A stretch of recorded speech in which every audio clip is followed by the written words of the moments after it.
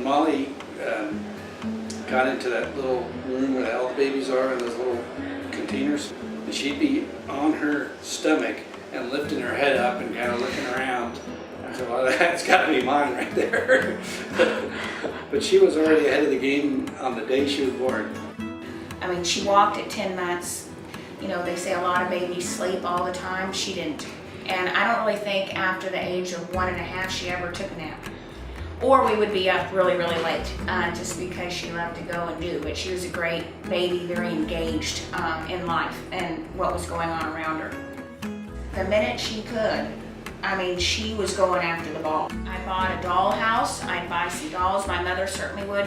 She just would have no interest in it. Molly comes in and we sit on our spots and I'm talking to the kids and, what do you want for Christmas and what do you want? And she told me, she says, I want a total gym. And I'm like, I knew right then, a second grade girl who wanted a total gym for her birthday, that this was not the usual little princesses that I had. Tennis, golf, basketball, she played that for her school, but she loved volleyball. She had an incredible serve. She was an excellent passer. She was a great setter. She could hit with ball control, and she was a second and third grader during this time. So it was pretty impressive, really. I mean, her skills definitely were above average, to say the least.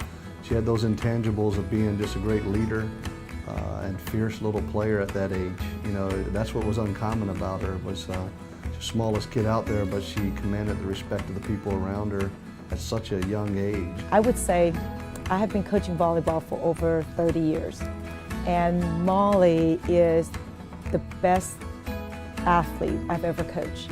One of the volleyball dads of the 12-year-old team, he called her Happy because she was so intense. She never smiled. I mean, she was focused and intense for those matches. And he goes, "Hey, Happy," you know, as a sarcasm that she was, you know, so focused. But she really had joy playing the game.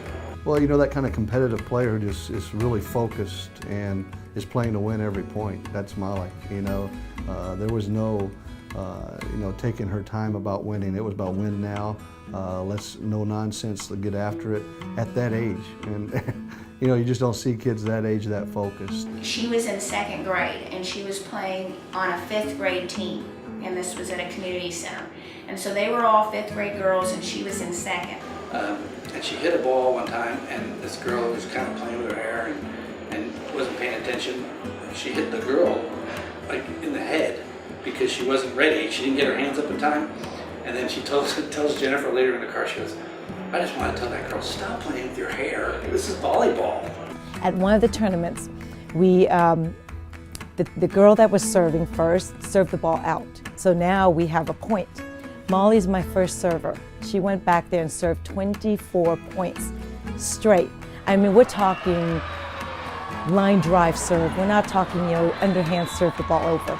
And there were times that during timeouts, I would feel kind of a little embarrassed a little bit, you know. So I would ask Molly, I said, "Molly, can you serve underhand?" And she looked at me and she says, "I don't know how, you haven't taught me." And then I noticed that the last couple of days that I felt that her left side of her face was pulling. It was kind of like, in her smile, it was kind of pulling to one side. She used to do a face like an Elvis lip, you know, that kind of thing. And one side, the left side that was working would smile, but the right side would stay drooped, so we thought she was doing the Elvis face. And I said, "Are you making that face at me?" And she'd say, "I'm not, Mom, I'm not." And I said, "You know, I just think we need to go see Dr. Kemper." We went in and Dr. Kemper said, "Well, the reason that that's pulling, you look like it's pulling, is because the other side isn't moving at all." And so she thought it was Bell's palsy. And we were really walking out the door from that appointment and with a prescription, and she stopped me. I mean, Molly was already out in front of me. I was walking out the door, and she said, "Jennifer, I really think we should just have something isn't settling with me. I think we need to go across real quick to the hospital and get an MRI." And so it was about an hour MRI. Molly had to be in there, and we left. And we went, you know, Dr. Kemper called me that night. We'd stopped to get something to eat, and then we were, the phone rang, and I knew it. And so her Elvis face was really the symptom that she had something wrong. She had a grade 4 glioblastoma of the brainstem, and it's, you know, grade 1 to grade 4. Molly had the worst, an adult form of brain cancer, and that she had a prognosis of less than 5% chance of living. Well, it's every parent's worst nightmare.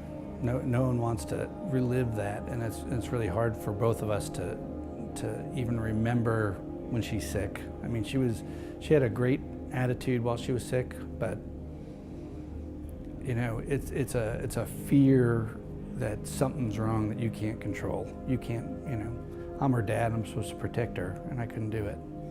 So that's really hard. And then we found out what the next steps were, which were going to be daily radiation for 6 weeks, and then chemotherapy. And then she also had to have a G button put in, which would enable me to feed her baby food through her stomach. The tumor was in the brain stem, and they got the tumor that had grown out of the brain stem, but they couldn't go in there without damaging potentially everything else. It's like the nerve center of your body. But you know, she was hopeful that they got it, they would radiate it, chemo treat it, and it would be gone, and then she could return to her, you know, it was just a blip in her radar. It was absolutely amazing to me, but she would go into chemo or go to radiation, and then she'd come back and want to go with her coach. For most people, we're talking adults, all the way up to adults, to be in her position, they would have given up. They would have been feeling sorry about themselves.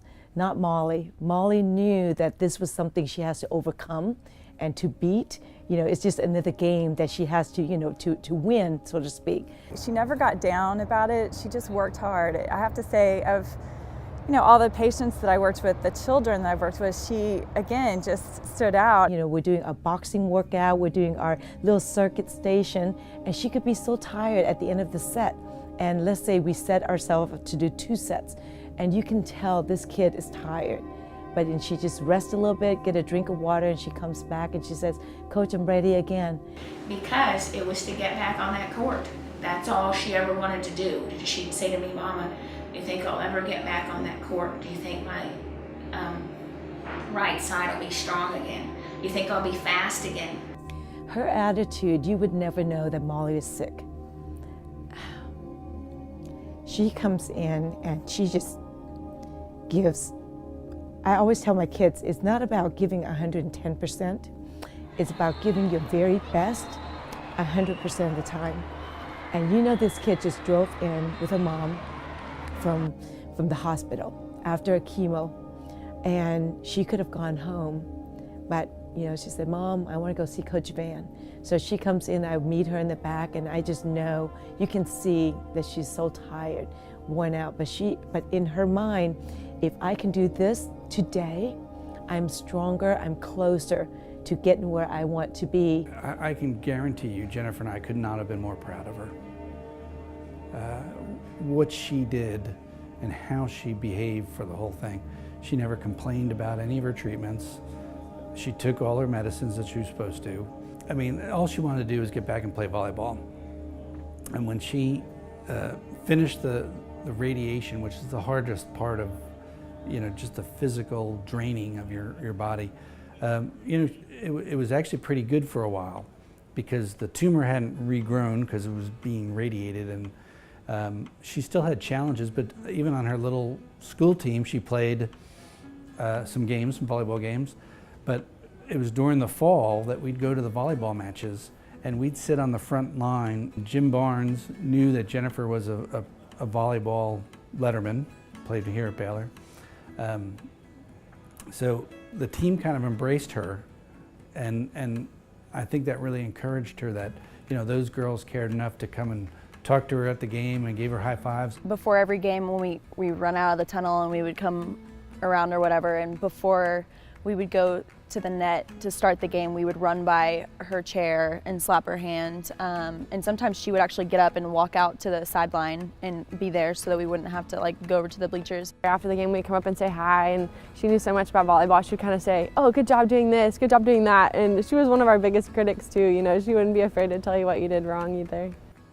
Molly was sick, and this was in the spring, and the volleyball girls wanted to come over and have, you know, a paint party. They put white shirts on and they have that paint tubes and they spray each other and do that. For me, I thought it was crazy because out of all the things that they could be doing on this day when she was like standing and being interactive, that they wanted to share it with us. And I thought that that was just, it was just heartwarming, you know, and she wanted to see us. And so we went over there, and they had this big backyard with this huge grass hill.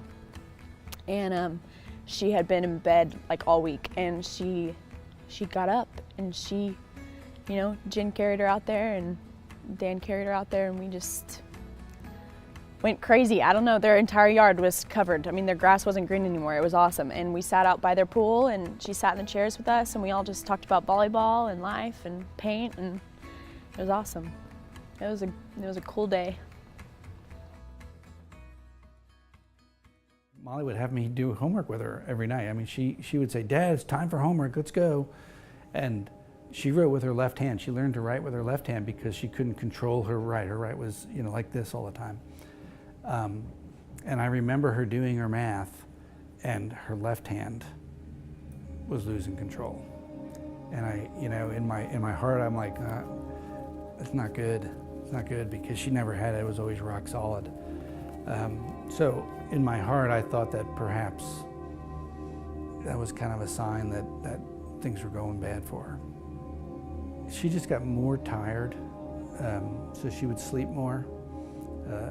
You know, the hospice team, and you know, we got, after that last MRI, I mean, it had grown back, and it was twice the size that it was originally.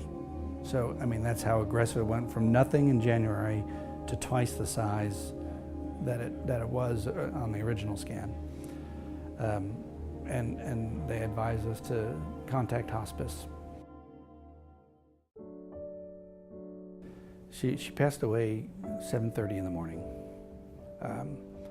And the doctors told us the night before that it's getting close. So she slept, I mean, she slept with Jennifer and I, and you know, we stayed with her all night. And it was in bed that she passed away. I was holding her hand, and she had,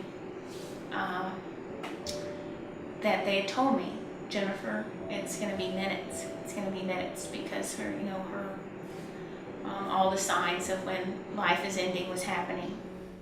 And then in the morning, you know, we kind of got up, and the hospice nurses were there through the night for us. And they said, you know, you need to come down, say goodbye.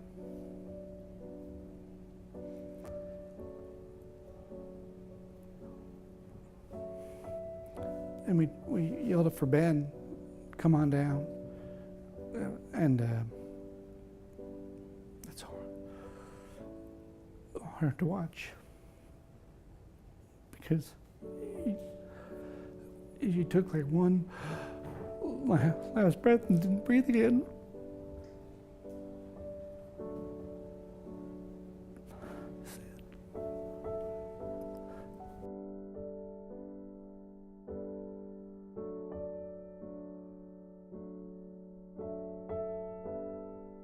No, we were going to go up to see her at the hospital, and I thought, well, what would be fun to do? And I kind of have, you know, artistic abilities a little bit. I kind of enjoy that, and that's kind of, and I for a few years I have been giving kids words of encouragement, like so and so the courageous, or so and so the excellent, and you know, I just thought Molly the Braveheart, and so just wrote her a little poem. Never thought anything really about it that would come of it, a little cartoon, a little poem, and then I thought, you know, she could use another one, and it had to do with volleyball, and so. I pretty soon I started enjoying them. Then I knew she started looking forward to them. It was kind of like, I'm going for chemo, be like, you know, am I going to get something in the mailbox? So I would stick them in her mailbox before I knew she was going up to chemo.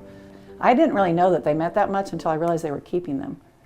And so that's when I kind of, like the second semester of the year, I'm like, okay, I gotta do this. You know, afterwards we thought, we need to put together something that we continue to remember Molly. And my assistant coaches, Candace, Mark, and we were talking about approaching Jen and Dan, and Van Davis was a part of this as well.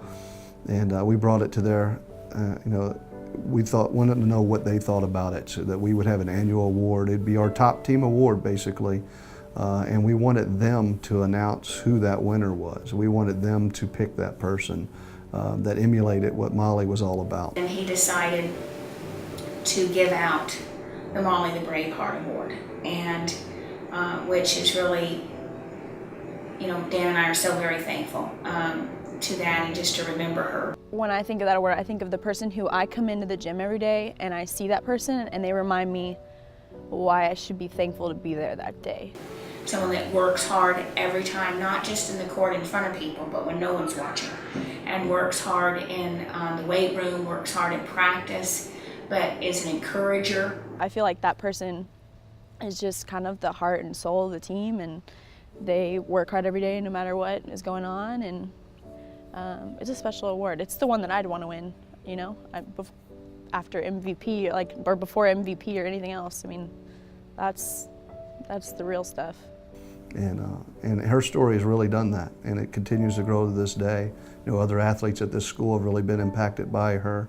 And then Jennifer met Lake Seastrunk in a class. I almost chickened out, I almost didn't go. And that morning I walked to the door and I almost said, I don't know if I can do this. And I said, Lord, Molly, if you want me to go in here for whatever reason it is, and if it can help one person, you gotta give me the strength to walk through this door. And I did. And he happened to be one of, I think, 10 that were in there. It was a summer class, so it was small. One of 10 that were in there. And he listened and sat and listened to the story, and then and all I told about Molly, showed pictures, and then I asked for questions. And he put up his hand. And I called on him, and I'm telling the honest truth is that it was probably 3 to 4 minutes before he could compose himself to come up with the question. She had a fighting spirit, never to give up spirit. As you know, that's exactly what people should have in life. Some people just give up, but she didn't. And the funny thing is, she speaks to me and I hear her. That's the wonderful thing. Nobody will ever have that relationship that I have with her. I can't explain why God allowed me to have this relationship, but I always feel her presence ultimately all the time, and I know she's always walking with me. And she definitely lives through me. I feel her all the time. I think we share a lot of the same mentalities, a fighting mentality, never give up mentality, and the mentality is pretty much instilled into me and more of a fire now, because I play for her. I don't play for self-enjoyment now that I have somebody to play for. I just do my arm rack. And I put like verses on my arm. I put Molly real big, and then I know like the previous game I had, it was I said we're gonna run in such a way together that we get this prize. I'm still gonna continue to do it even if I'm not at Baylor. But when I'm well into professional, I'm still gonna do the exact same rituals. If I get my own shoes, you will see a bright orange Molly on the side of my sneaker, because she means the world to me. I'm done with volleyball. I've played my last point. I'm like, the shoes are hanging, they're done. I can't believe that. And I can honestly say that if it weren't for her, I don't think I wouldn't have soaked it all in like I did, because I never thought that my last game would come, whatever. And she was a constant reminder to play every point like it's my last one. And I mean, she would have killed to be in my shoes. Like, how could I not, So, but that's now transferred into an everyday thing, just to be thankful for where I'm at. So I thank her for that. Because if anyone saw her fight, anyone saw how she handled adversity, it would inspire people to love life, to have a faith that's real, and to appreciate everything that they have. I couldn't be more proud. We couldn't be more proud. I know that. There's no accomplishment, there's nothing on this world more proud than how Molly faced this. Molly always wanted to give to others. Her last birthday that she was alive, she didn't want gifts for herself. She asked her birthday invitees to buy a gift for the kids at Cook Children's Hospital because she didn't want them. She goes, I have everything I need, Dad. I want them for others. So that's our story, is pay it forward. We want people to think about others and give to others, because that's what Molly did.